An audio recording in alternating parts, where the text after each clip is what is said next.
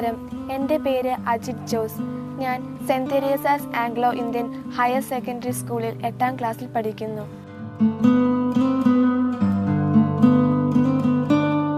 ഞാൻ നിങ്ങളെ പരിചയപ്പെടുത്താൻ പോകുന്നത് കാരൂർ നീലകണ്ഠപിള്ളയുടെ പൊതിച്ചോറ് എന്ന കഥാസമാഹാരമാണ്.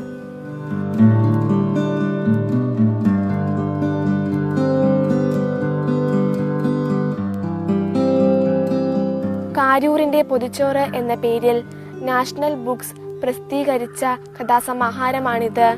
അദ്ദേഹത്തിൻ്റെ 5 ചെറുകഥകളാണ് ഇതിൽ ഉൾപ്പെടുത്തിയിട്ടുള്ളത്. ഈ പുസ്തകത്തിലെ ആദ്യ കഥ പൊതിച്ചോറാണ്. അദ്ദേഹത്തിൻ്റെ അധ്യാപക കഥകളിൽ ഏറ്റവും ശ്രദ്ധേയമായ കഥയാണിത്. അധ്യാപകർക്ക് മതിയായ കൂലിയോ ജീവിത സാഹചര്യങ്ങളോ ഇല്ലാതിരുന്ന ഒരു കാലഘട്ടത്തെ പറ്റിയാണ് ഈ കഥയിൽ പറയുന്നത്. 2ാം ക്ലാസ്സിൽ പഠിക്കുന്ന ഒരു കുട്ടിയുടെ പൊതിച്ചോറ് മോഷണം പോയ സംഭവത്തിൽ നിന്നാണ് ഈ കഥ ആരംഭിക്കുന്നത്.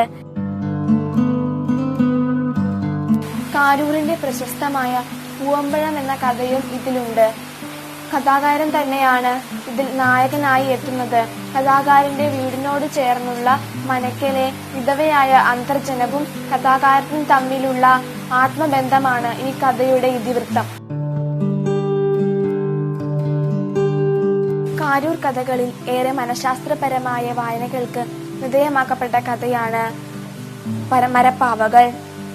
തന്റേടിക്കാരിയും സരസയും കലാകാരിയുമായ ആശാരിപ്പറമ്പിൽ നളിനിയാണ് ഈ കഥയിലെ നായിക.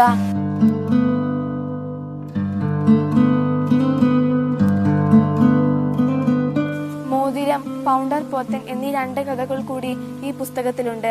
ഒരു കാലഘട്ടത്തിലെ മലയാള ചെറുകഥയുടെ ശൈലിയും ഭാവവും മനസ്സിലാക്കുന്നതോടൊപ്പം കാരൂർ നീലകണ്ഠപിള്ള എന്ന എഴുത്തുകാരനെ മനസ്സിലാക്കാൻ ഈ കഥ കൂടുതൽ ഉപകരിക്കും. എന്തായാലും കൂട്ടുകാർ ഇത് വായിക്കുമല്ലോ.